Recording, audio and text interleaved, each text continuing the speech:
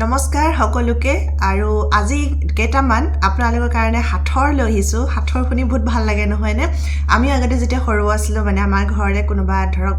আইতা ককা আহিলে মানে আমি সদায় এটোৱে কওঁ যে হাতৰ ককচোন হাতৰ কক বুলি আৰু তাকে আজি অসমীয়া হাতৰ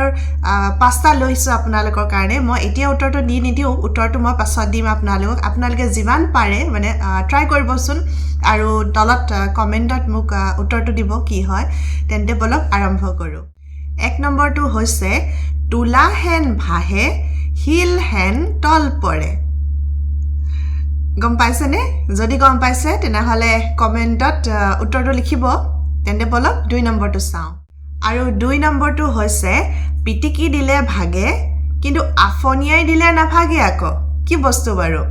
আফনিয়াই দিয়া মানে হৈছে ধৰক আপোনালোকে কিবা এটা বস্তু এনেকৈ হিলাই দিছে বা আমি চুলিখিনি এনেকৈ ফণিখনেৰে যেতিয়া ফনিয়াই দিওঁ হেতুকো মানে কয়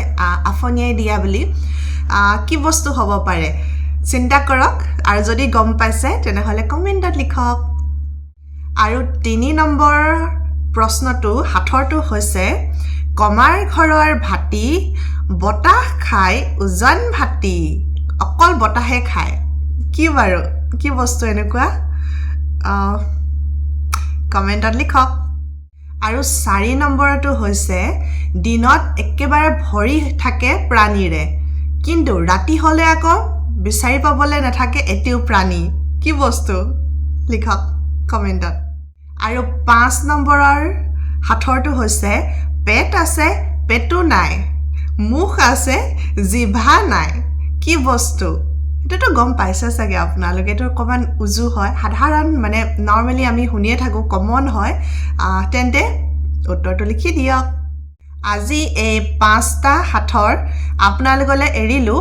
আৰু উত্তৰটো মই দিম বাৰু অলপ দেৰিকে দিম উত্তৰকিটা কৈও মই আকৌ এটা ভিডিঅ' দিম আপোনালোকক চাওচোন বাৰু কোনে কোনে শুদ্ধ উত্তৰটো দিব পাৰে তেন্তে উত্তৰটো আকৌ এবাৰ চাব বুলি আশা কৰিলো বাই বাই